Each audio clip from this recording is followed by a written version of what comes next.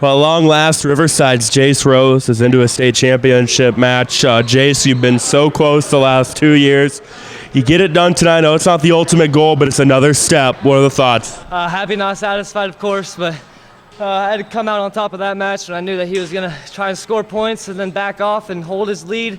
I just couldn't let him do that. I had to keep scoring and keep pushing the pace of the match, and I think I did that very well. So. The last 2 years, you were in really, really close semifinal matches. That, you know, one thing here, one thing there, could have gone a different way. Mentally coming in, was that something you just tried to drown out, or was that motivation coming in? It was motivation definitely in the practice room, but when it came down to it here, I drowned it out, and I just kept telling myself I'm going to be a state champion.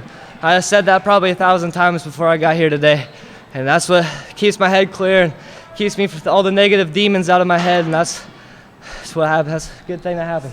The near fall there towards the end of the period really turned that match around for you.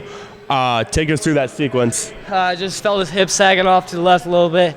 I pulled his hips over, hipped him over, saw his head started dangling, grabbed it, got the headlock in. I thought he was pinned, but I mean, back points and that win, that feels good. So. This is an opponent that beat you earlier this year at your home tournament, and I remember you were really dejected after that.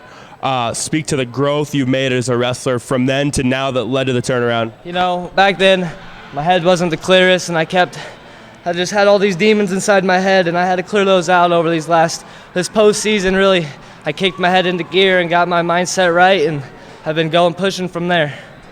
Tomorrow, you kind of, I guess, go up against history with Marcel Lopez trying to be a fourth-timer. What's it going to take for you to shock the state? Yeah, well, I ain't scared, and I'm going to keep my mindset the same. I'm going out there for that title, and it's going to be a good match, so I'm ready for it.